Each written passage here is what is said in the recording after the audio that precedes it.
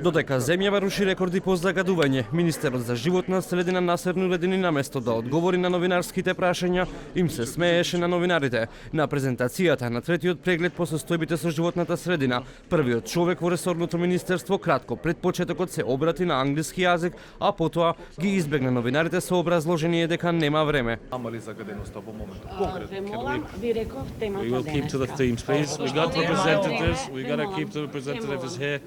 They're coming from abroad. Само кратко, што прави државата? Значи ве молам.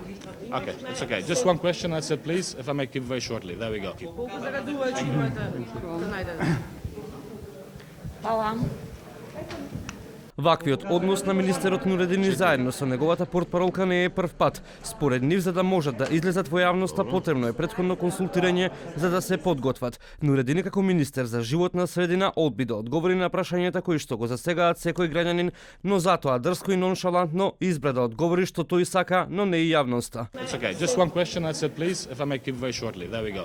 What we're doing, we've got a long-term strategy in place, of course. It is the gasification of the country. Неговиот претходник Садула Дураку, кој скоро и да не се појавуваше во јавноста, во една прилика изјави дека не се занимава со граѓаните бидејќи Македонија не е Швајцарија. Веднаш потоа следеше оставка, а владата го назначи за министер за политички системи и односи меѓу заедниците. Сегашниот министер за животна средина Нуредини преку неговиот кабинет за односи со јавноста избегнува да даде било какви изјави.